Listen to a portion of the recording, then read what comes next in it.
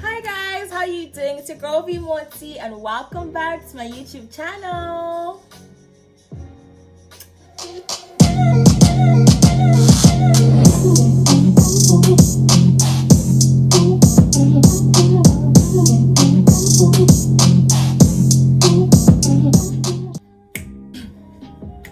If this is your first time watching any of my YouTube videos, I'd like to say thank you so much for watching my YouTube video.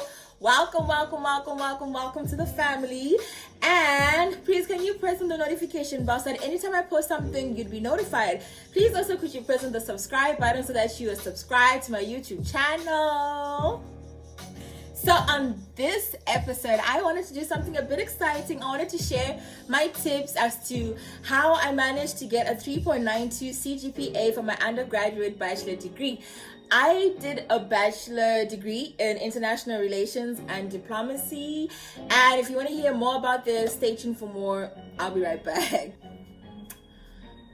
Okay, so I got a 3.92 for my C.G.P.A.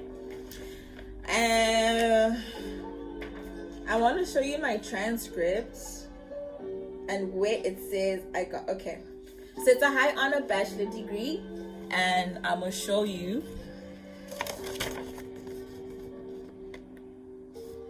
there. Don't know if you can see, but there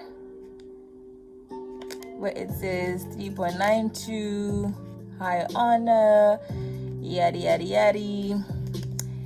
Yep. Okay, so tip number 1 is go to class. Actually attend your lessons and be aware of what is happening within every single lecture that you attend.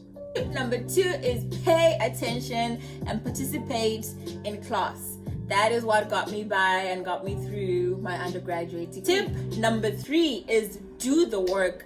There are a lot of lecturers who are like a bit intense in terms of the workload, but do the work and keep in touch and in tune with what is happening in your class. If you have deadlines, meet your deadlines. If you have assignments, do your assignments. If you have a presentation, present. Don't miss class unnecessarily.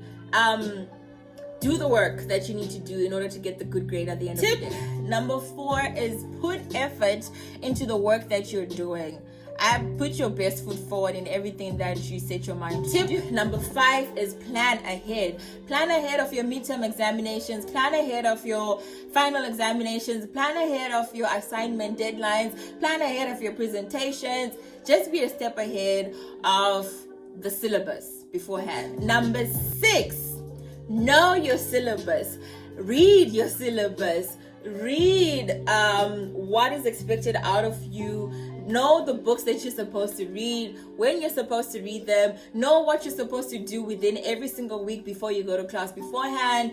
Read and revise. If you're supposed to look at a chapter before you get into class, read that chapter. Just be aware of what you're supposed to do and do it beforehand. Don't procrastinate and say, I'll do it, but actually get it done. Follow a timetable that works and do the work. Tip number 7, if you need help, get help early. Get help within time. Don't wait last minute and be looking for people to assist you with certain things that you may not understand or that you need help with. If you need help within the now, get it within the now. Number 8, be nice to your professor. Okay? Be nice to your lecturers.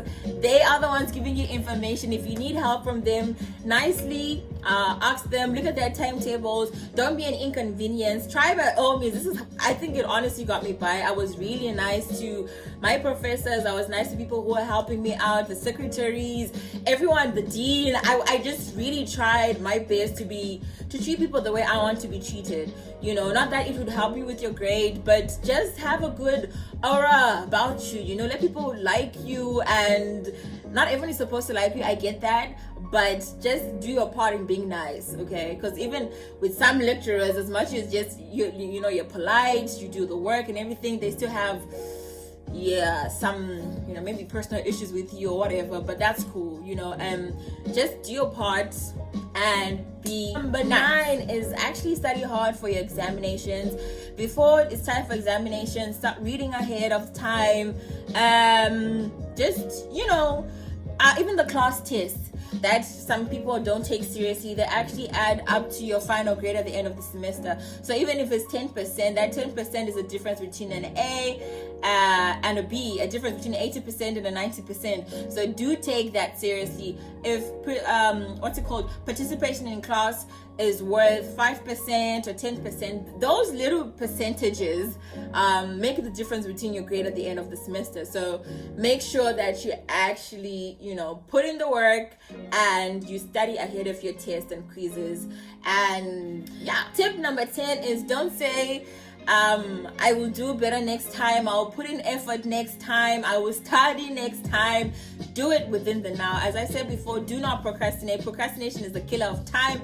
If my father always tells me, if you fail to plan, you're planning to fail. So if you're not going to plan that this is how you want your semester to go out, don't be surprised maybe the grades or like the results of what you've been working for are not what you were expecting. If you don't put in the work, don't expect results when you didn't even put in the work. So yeah, if you fail to plan, you're planning to fail. Number 11 is learn how you learn best. Okay, people learn differently.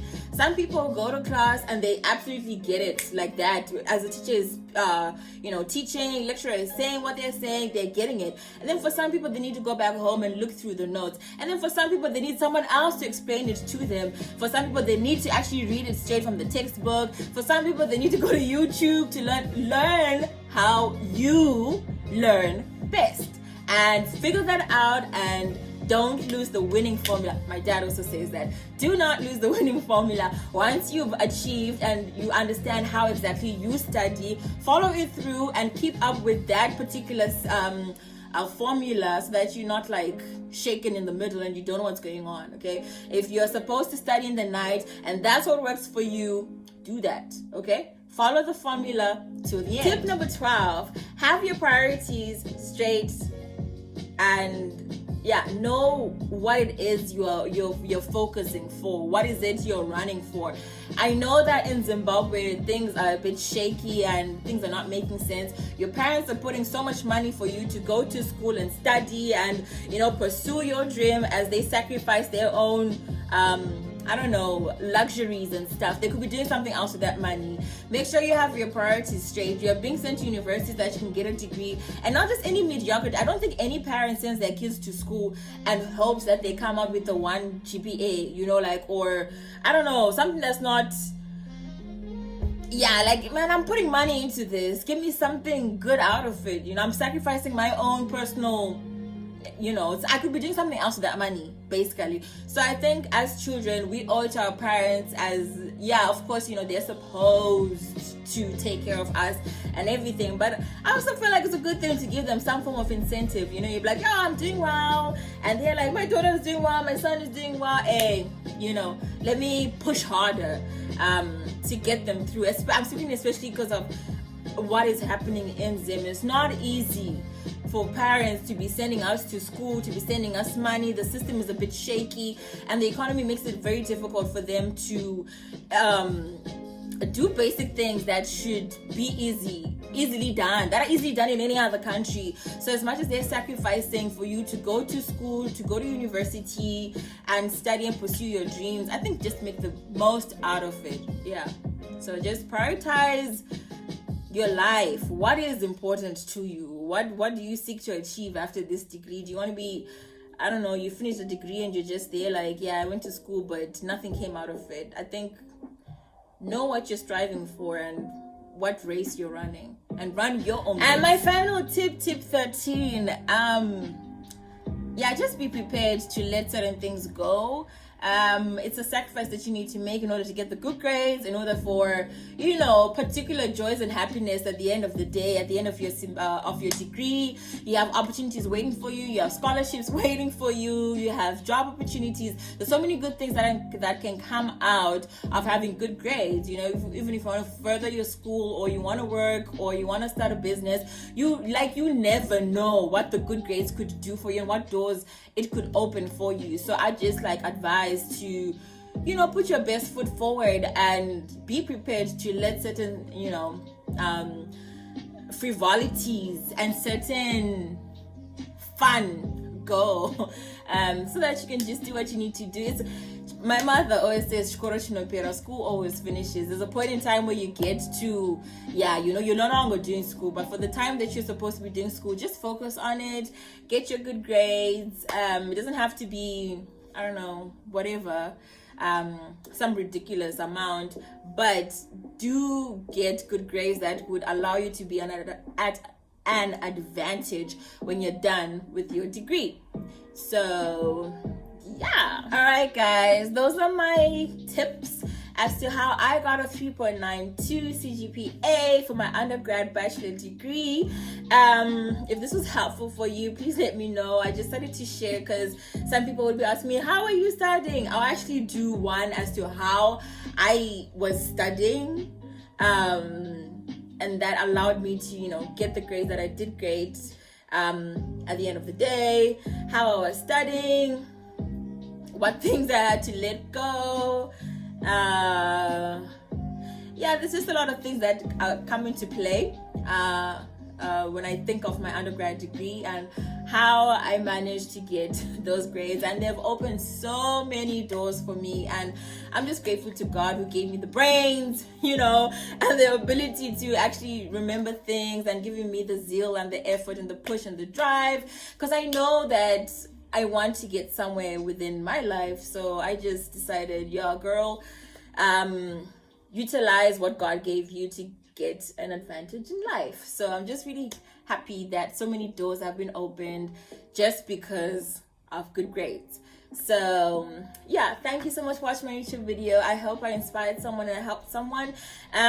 Please, can you press on the like, subscribe, comment button, share, press the notification bell so that you're notified. Thank you so much. I know this one is a bit long, but thank you so much for watching my YouTube video, and I'll see you in my next video. I hope you have an amazing week. God bless.